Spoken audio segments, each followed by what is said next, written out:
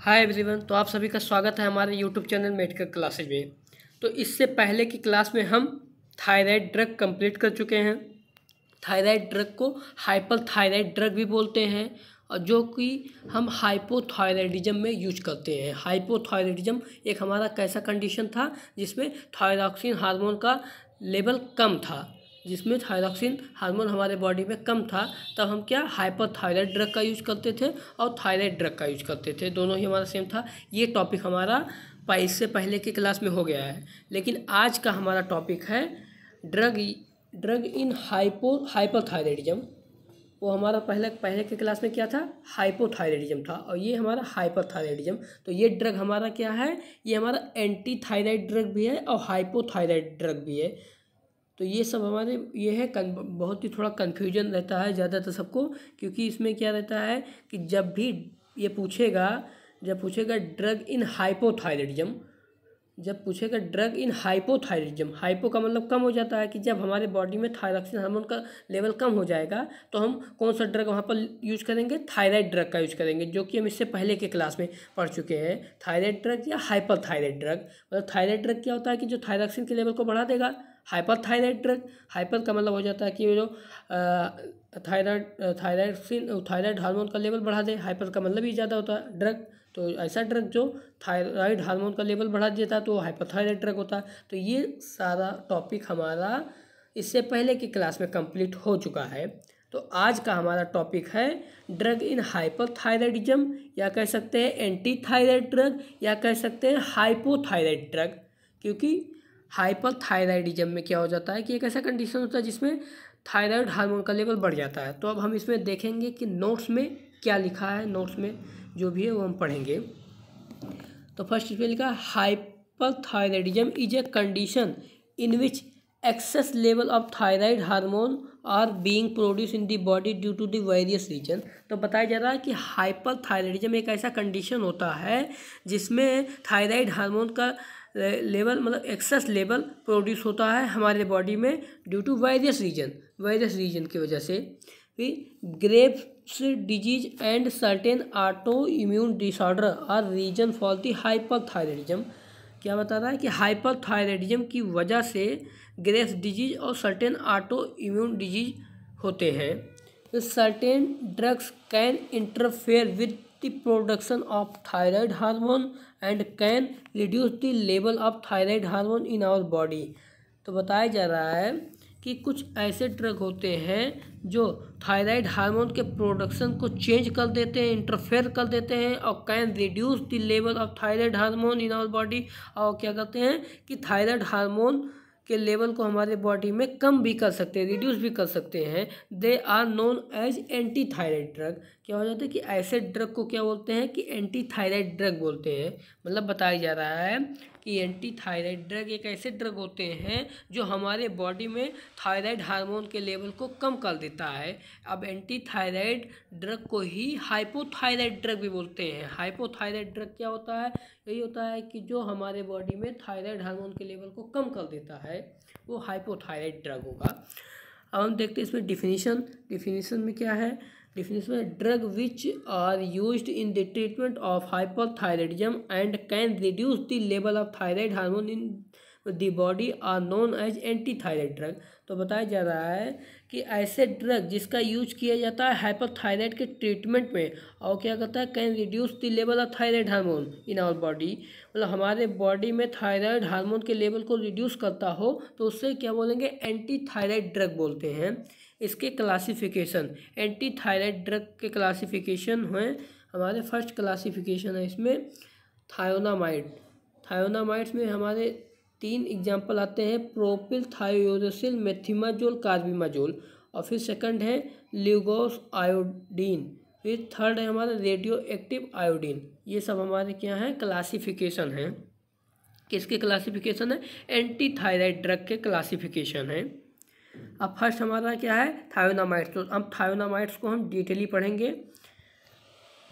थायोनामाइड्स में देखते हैं these are the drug which can reduce the level of thyroid hormone. ये एक ऐसा ड्रग होता है जो थायराइड हार्मोन के लेवल को रिड्यूस करता है, कम करता है। इसके एग्जांपल है प्रोपिल थायोरेसिल, मेथिमाजोल और कार्बिमाजोल है। अब मैकेनिज्म ऑफ एक्शन इसका क्या होता है कि कैसे ये थायराइड हार्मोन के लेवल को रिड्यूस करता है, ये मैकेनिज्म ऑफ एक्शन होता है। Thionamides will suppress the action of TSH. क्या है टीएसएच? क्या है? Thyroid stimulating hormone.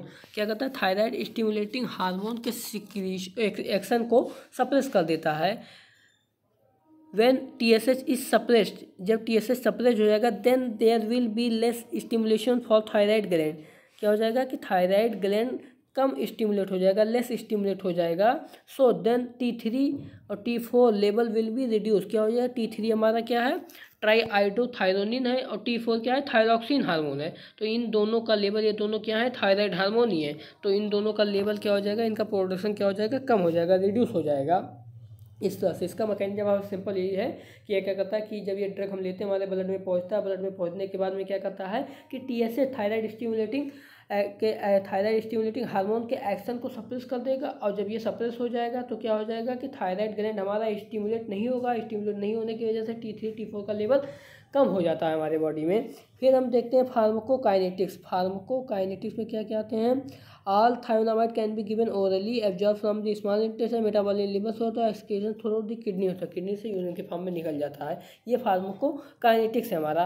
फार्माकोकाइनेटिक्स भी हमारा कंप्लीट हो गया। इसमें देखते हैं कि एमंग थायोनामाइड, मतलब थायोनामाइड के बीच में देखते हैं propyl thiouracil can not cross placenta and is not secreted in the milk, so propyl thiouracil is safe in pregnancy and lactation। तो बताया जा रहा है कि propyl thiouracil can not cross, ये क्या करता है कि क्रॉस नहीं करता है प्लेसेंटा को नहीं क्रॉस करता, और ना ये मिल्क में सिक्रीट होता है। तो इसकी वजह से ये सेफ होता है। प्रेगनेंसी में हम इसको दे सकते हैं और लैक्टेशन में भी दे सकते हैं, मतलब लैक्टेटिंग मदर को भी दे सकते हैं। इंडिकेशन में बताया जा रहा है ग्रेव्स डिजीज में दे सकते हैं, hyperthyroidism in pregnancy and lactation में दे सकते हैं कि प्रेग्नेंट लेडी और लैक्टेटिंग मदर को भी दे सकते हैं। फिर थायराइड स्टॉर्म और थायरोटॉक्सिक क्राइसिस में ये है this is sudden severe condition of excess level of thyroid hormone in body.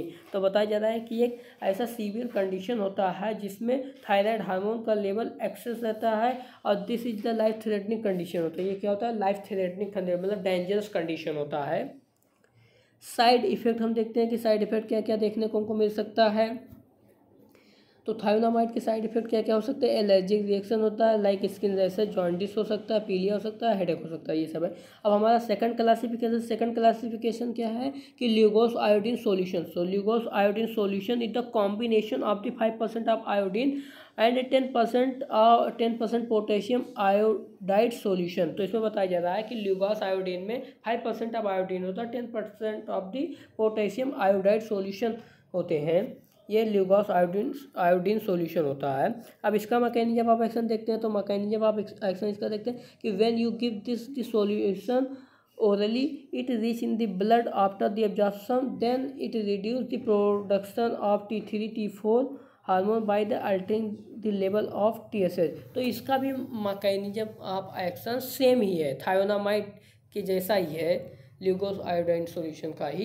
कि इसमें क्या बताया जा रहा है कि यदि इसको हम ओरली जब देंगे तो ब्लड में एब्जॉर्प्शन के बाद में ब्लड में पहुंचेगा, तो ये क्या करेगा? T3 और T4 मतलब ट्राईआइडोथायरोनिन और थायरॉक्सिन हार्मोन का लेवल, उसके प्रोडक्शन को रिड्यूस कर देता है। कैसे करेगा?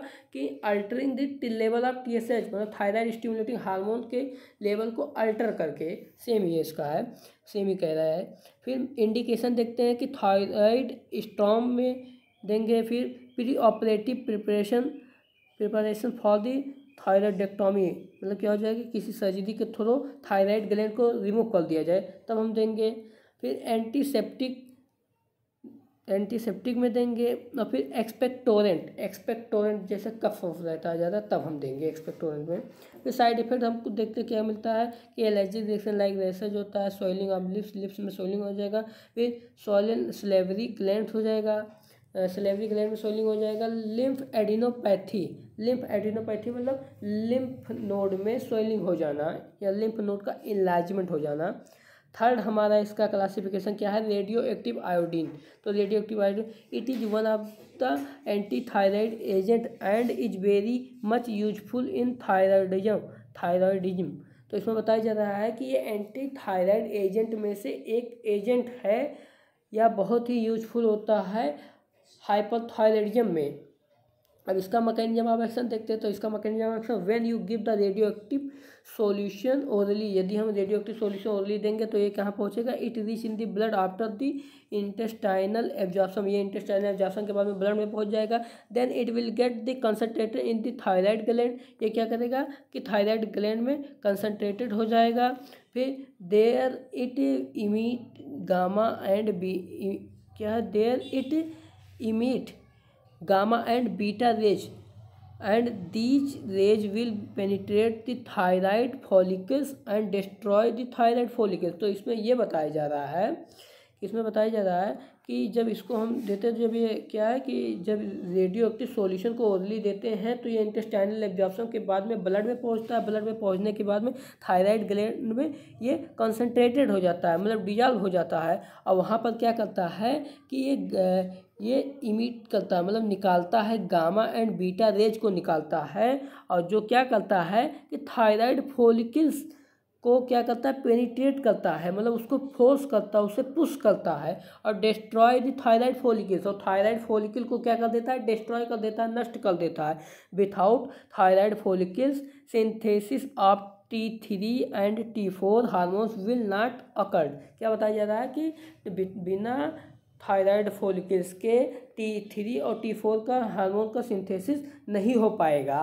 Usually surrounding the tissue other than the follicles would not get any damage due to radiation। तो बताया जा रहा है कि फॉलिकल्स के चारों ओर जो भी टिश्यू, जो भी सेल्स पाए जाते हैं, उसमें किसी भी तरह का रेडिएशन से डैमेज देखने को नहीं मिलता है। फार्माकोकाइनेटिक्स हम देखते हैं इसमें कि ये गिवन ओरली देते हैं, absorption small intestine, metabolic liver से होगा, excreted through the kidney via urine, intestine via faeces, skin via sweating and saliva के द्वारा होगा। अब इसमें देखते हैं प्रिकॉशन, कैसे हम प्रिकॉशन इनको मेंटेन कर सकते हैं। तो the day you receive radio iodine do not eat anything after midnight. तो बताया जा रहा है कि जिस दिन हम रेडियो आयोडीन को हम लेते हैं तो उस समय हमको मध्य रात में, मतलब आधी रात में किसी भी तरह का कोई भी चीज़ नहीं खाना है। और no solid food after the swallowing the radio iodine, क्या है कि हमको रेडियो आयोडीन लेने के बाद में किसी भी तरह का कोई भी सॉलिड फूड, सॉलिड भोजन नहीं लेना है। You can drink fluids at any time, हम किसी भी समय फ्लूइड ले सकते हैं, वाटर, जूस, ये सब हम ले सकते हैं। फिर drink plenty of fluids at least the first 2 days, क्या है कि हमको फर्स्ट 2 डेज हमको पहले प्रथम 2 दिन में हम क्या है कम ज़्यादा से ज़्यादा हम फ्लूइड लेंगे। एम्पटी योर ब्लैडर फ्रिक्वेंटली, हमको ज़्यादा से ज़्यादा यूरिन पास करना है। Maintain distance from the other specially first 2 days after therapy, यदि हम आप थेरेपी के बाद में फर्स्ट 2 डेज हम क्या करेंगे, ज़्यादा से ज़्यादा 2 लोगों से हम डिस्टेंस मेंटेन करेंगे। आइसोलेट योरसेल्फ, अपने आप को आइसोलेट कर देंगे। डू नॉट ट्रेवल, हम ट्रैवल नहीं करेंगे। Follow toilet hygiene in order to prevent the contamination since most of the radio iodine leaves the body via urine. तो बताया जा रहा है कि हमको टॉयलेट हाइजीन मेंटेन करना है, क्योंकि जब हम यूरिन पास करेंगे तो यूरिन पास करने पे रेडियो आयोडीन वहाँ पर कुछ मात्रा में निकल जाते हैं, तो इसीलिए इन्फेक्शन होने के चांस होते हैं। तो इंडिकेशन में देखते हैं hyperthyroidism due to the various reason और थायराइड कार्सिनोमा, यह है इंडिकेशन है। अब एडवांटेज हम देख लेते हैं। तो एडवांटेज में देखते हैं एडमिनिस्ट्रेशन इज सिंपल और कॉन्वीनियंट हो गया हमारा, और फिर लेस एक्सपेंसिव देन सर्जरी, ये क्या है, सर्जरी से लेस एक्सपेंसिव देन सर्जरी, ये सर्जरी से कम एक्सपेंसिव होता है, कम पैसे में हो जाता है। तो इस तरह से हमारा क्या है कि ये हमारा एडवांटेज अभी हमारा कम, एक पॉइंट इसमें एडवांटेज में अभी बाकी है। तो देखते हैं surgery and it's associated risk can be avoided. क्या है कि सर्जरी से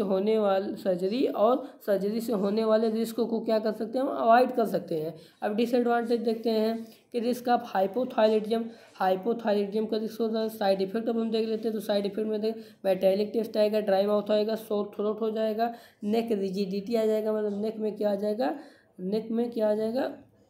नेक में ऐठन आने लगेगा, हमारे टाइटनेस आने लगेगी गर्दन में हमारे, फिर नेक स्वेलिंग होने लगेगी, नेक में सूजन आने लगेगी, नेक पेन होगा, फैटिक होगा, थकावट आएगा, हाइपोथायरॉयडिज्म होने लगेगा। फिर कंट्राइंडिकेशन में क्या है कि हम प्रेगनेंसी में इसको नहीं दे सकते हैं, मतलब रेडियो आयोडीन या रेडियो एक्टिव को हम क्या है प्रेगनेंसी में नहीं दे सकते हैं।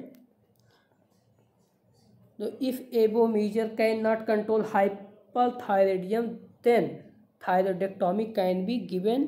बताया जा रहा है कि यदि जितने भी ड्रग हैं इन सभी से क्या है हाइपरथायरॉयडिज्म में कंट्रोल नहीं किया जा सकेगा, तो हम क्या करेंगे, थायरॉयडेक्टोमी सर्जरी कराएंगे, मतलब इसमें थायराइड ग्लैंड का रिमूवल कराएंगे।